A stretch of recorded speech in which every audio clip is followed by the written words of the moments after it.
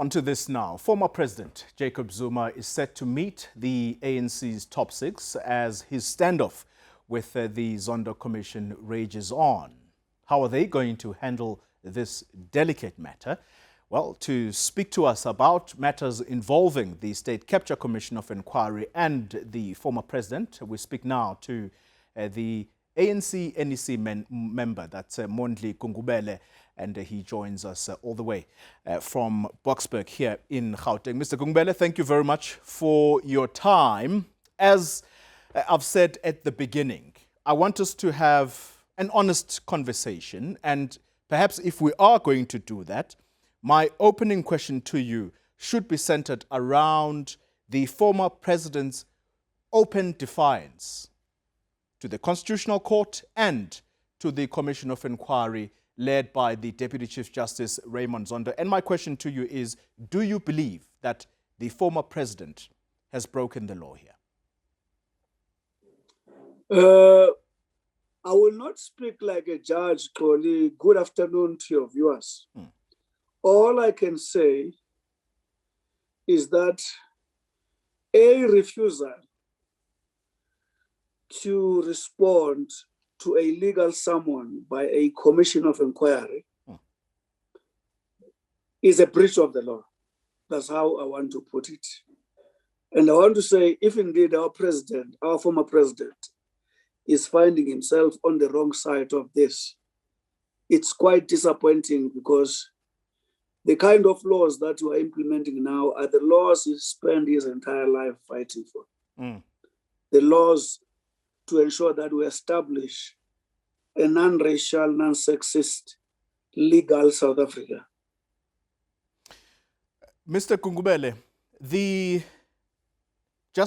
Deputy Chief Justice Raymond Zondo warned on the very day that the former president was to appear before his commission. And his words were, I want to quote him directly, that lawlessness and chaos would prevail if summonses and court orders are disobeyed.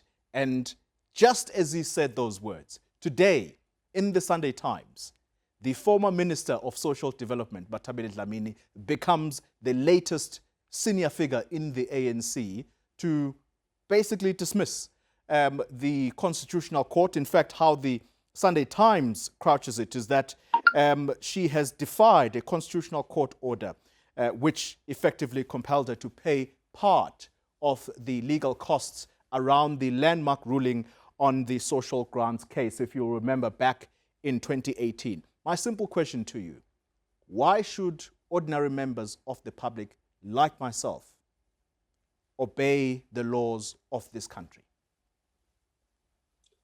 I think that's a legitimate question, Coley. That's why I want to say it is exactly that reason that the law must be applied in this instance. Because what is sacrosanct is the equality of all South Africans before the law. The worst that our movement should never tolerate is when, in particular, those who are leaders of the governing party, which is supposed to be the current custodian in supervising and leading the implementation of that law, are on the wrong side. It's at that point that I think the law must take its course without wavering. Mr. Kungubele, I want us to perhaps have a listen to the next soundbite, and it is of a person, or should I say, one of the leading figures in KZN who are spearheading what they are saying is the defense of the former president, Jacob Zuma. And, of course, they have stationed themselves outside the home of the former president. And his name is Nkosenja Shezi. I want us to just have a listen to his words for a bit, and we'll come back and continue the conversation.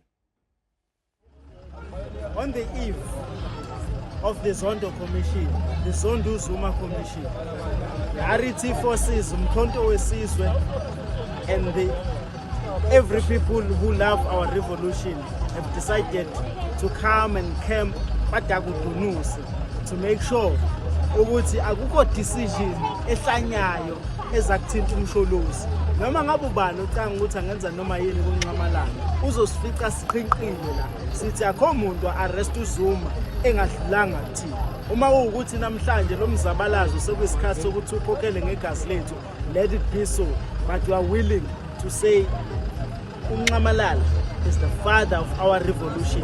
We shall stand behind him, we shall defend him, and uma kufanele aboshwe siyoboshwa sibe baningi. Ilapho nje maqabane amandla. Mr. Kungbele, that's Mr. Shezi there. And if you listen carefully to his words, does what he's saying there not qualify as incitement to civil disobedience? The worst part, Koli, if he says this in his capacity as a member of the ANC, there is no worse breach than that, because our resolutions are very clear about compliance with the laws of the country. Mm-hmm. And indeed, when he is wearing that, and is inciting, I think it's obvious. And that's why, again, I want to repeat, it is during those instances that for the sake of the future of this country, the law has to take its course. So, when is the ANC going to say or do something about the MKMVA, which has decided to take it upon themselves to be a private army of the former president, to station themselves outside his home so that they can screen whoever is going inside the home of the former president? I mean, I speak here on Thursday.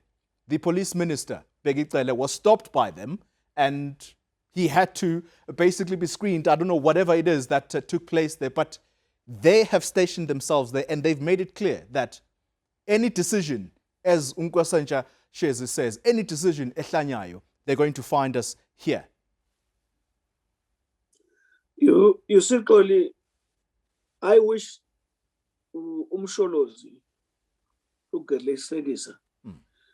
one of the most senior members of the organization, I am very much concerned that he allowed something like that to happen in front of his house. Because my understanding is that this challenge of the Commission of Inquiry is a matter between himself and the Commission of Inquiry. And actually, it's an opportunity for a leader of the ANC to actually set that example of what the ANC means when it says the law of the country is supreme and the equality before the law is sacrosanct. I'm a bit disappointed, not just a bit, I'm grossly disappointed, I must say that. So the former president should have said or done something to say, I have enough security. He's a former president. He is entitled to protection. He is protected in that house. Why does he need extra security? Surely, as far as I'm concerned, he doesn't. Mr. Kungbele, I want then to focus in on the ANC in KZN. So, as you perhaps say, and many people I'm sure will agree with you, that the former president either should have said something or the ANC itself should actually do something about what members of the MKMVA are doing outside the home of the former president. But it would seem that the ANC KZN secretary is more concerned about the concerns of the former president. Can I tell you what he's quoted as saying today in one of the newspapers? And that is that the Deputy Chief Justice Raymond Zondo suggesting that they are going to ask the Constitutional Court to impose a term of imprisonment for the former president as opposed to a fine. Mtumseni Ntuli says, quote unquote, the former president indeed does appear to have legitimate concerns. That's the word he uses, that his concerns are legitimate. Do you agree with that? I think that comment by Comrade Mtumseni, who I respect a lot, is totally misplaced if he has said that. Let me say why. A determination of whether JZ has got a legitimate concern or not lies in the legal system of South Africa. that adjudication cannot be done outside the legal system. The day we think there are parallel processes outside the established legal system, that day will be the day when we are calling for pandemonium in the country.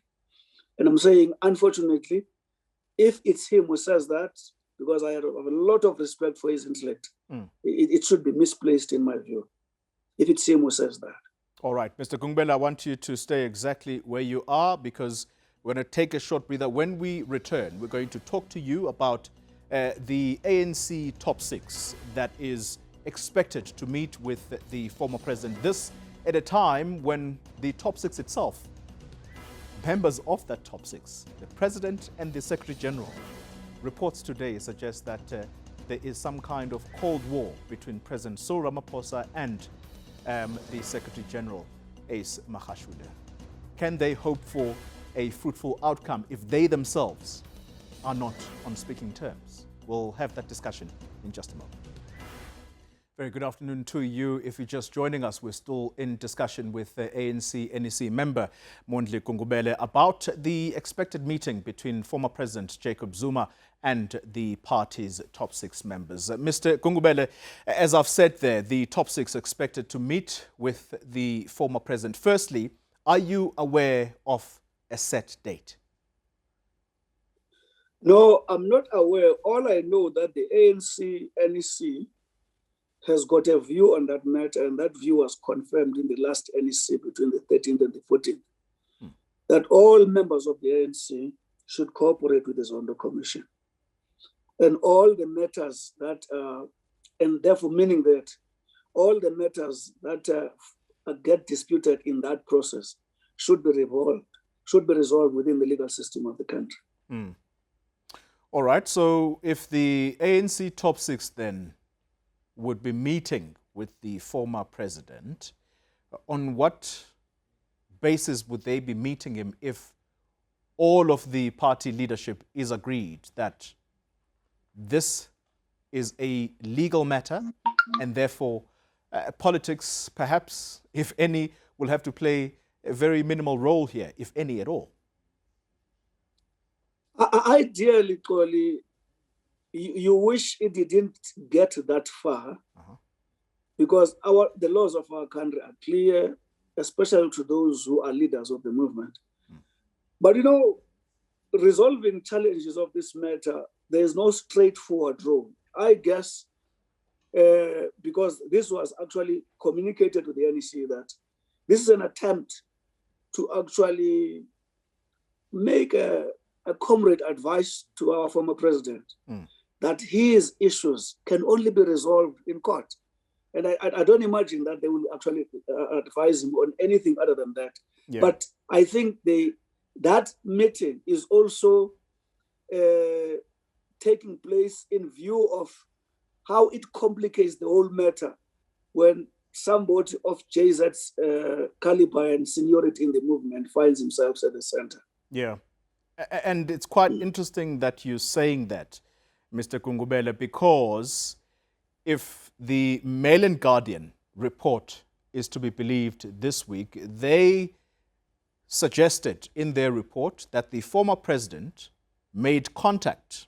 He called the Secretary General and basically telling him in not so many words that the top six meeting is basically of no use, if indeed it is to happen.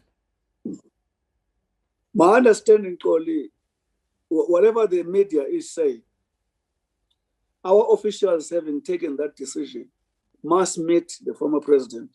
It is up to Msholozi to say in that meeting, he is actually staying by, he is holding his guns, he stays by his guns, he is sticking to his position. At least when they come back to the NEC, they can say that meeting did take place. But if they can say they listened to the media and whatever, whether somebody spoke to the SG and that meeting didn't take place, it wouldn't make them look good. But if they report officially that they met him and then he stated this on record, it's better that way. Yeah. And of course, Mr. Gungubele, as I alluded before we went to a short break, that the reports today that there is some kind of a Cold War going on between the president of the ANC and the Secretary General, and the genesis of this has to do with the president basically almost becoming the key communicator of ANC NEC decisions, when that role traditionally has always been that of the Secretary General. Basically, the wording they use there, to quote Ace Magashule, if indeed the sources are to be believed, is that the Secretary General said, and you perhaps will have to confirm here because you sit in the NEC, that he felt he was being managed.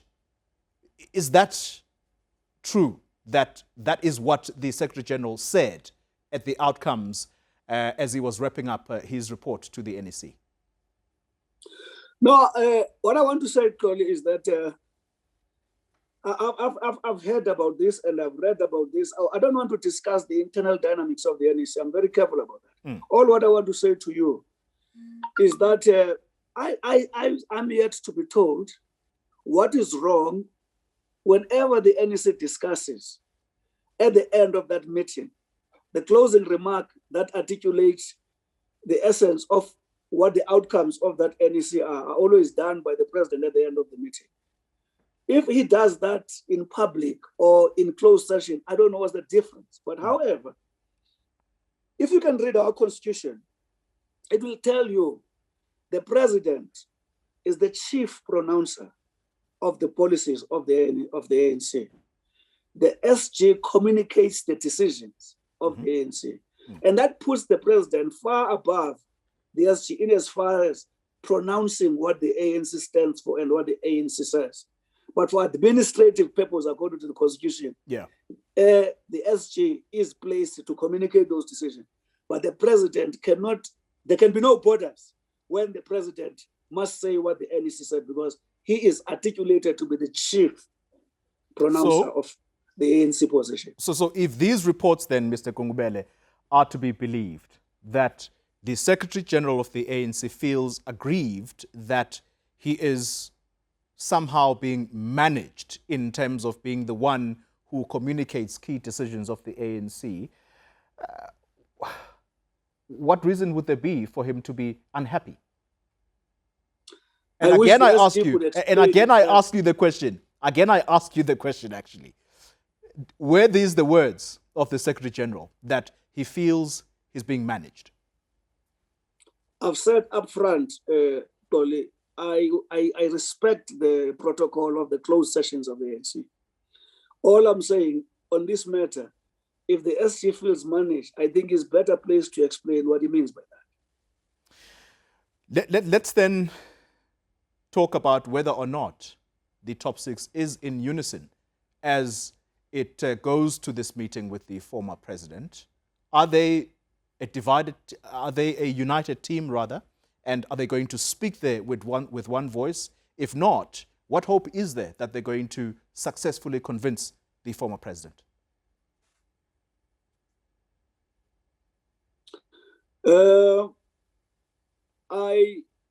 It's a difficult question to answer. All I can say that our movement currently is going through a series of challenges where, unfortunately, we find ourselves differing on matters that are straightforward, which are clear policies and resolutions of the organization. But even in that situation, I wouldn't want us to view that as division, because as long as we're able to discuss those things in established fora of the organization, the office bearer fora is where those things are discussed. And so far, since 2017, they have not failed to meet, unless I would be told that a meeting could not proceed because they are meeting and concluding and reporting to the NEC. To me, whether they are united or not, it is to that extent that I can express my view. Yeah. With the benefit of hindsight, Mr. Kungubele, as we wrap up our discussion, I want us to go back to Nasrec, the conclusions of that conference, and the word unity that was used by the president. It almost became a refrain, a common refrain, the unity of the ANC, which he kept saying is sacrosanct. With the benefit of hindsight, was it a mistake to preach unity within the ANC or unity of the ANC with individuals who face serious allegations and have subsequently been charged criminally? Tolly, I keep on repeating this thing. If you read the aims and objectives of the ANC, I keep on saying 2 points. These are public documents. All those 9 points, the primary reason why ANC exists is to deal with the state of the people, economy, poverty, emancipation of women, and so on. Now, if you read our resolutions when they speak about unity, it is a unity of purpose in executing those executing those aims and objectives. It is a unit of purpose in executing the resolutions of the conference. Now, we can only be united to implement the anti-corruption resolution. We can only be united lawfully within the ANC if we implement the resolutions on the economic emancipation of women. As long as our unit, all these, there's the word that cuts across, it's a purpose, a unity of purpose. The point I want to make is that there can be no unity not to implement those resolutions. There can be no unity to protect one another on corruption issues. That unity is misplaced again. It actually is contrary and detrimental to the aims and objectives of the organization. The point I want to make is that once unity contests with renewal, that is a false unity. The unity that is going to sustain our revolution, when they contest, then renewal must precede a unity of purpose. Yeah. Well, with those fine words, Mr. Gungubele, I have very little time left, but perhaps let me squeeze this in. The former president, it would appear that there is a stalemate here. It doesn't look like he's going to appear before the Zondo Commission. What needs to happen? Does it need to be massaged politically that he agrees to go, or should the law take its course? Listen, Koli, I'm one of those, since I've known the former president, had a lot of respect for him. I've followed his literature and interacted with him, his commitment against illegality of apartheid. So I'll always honor his role.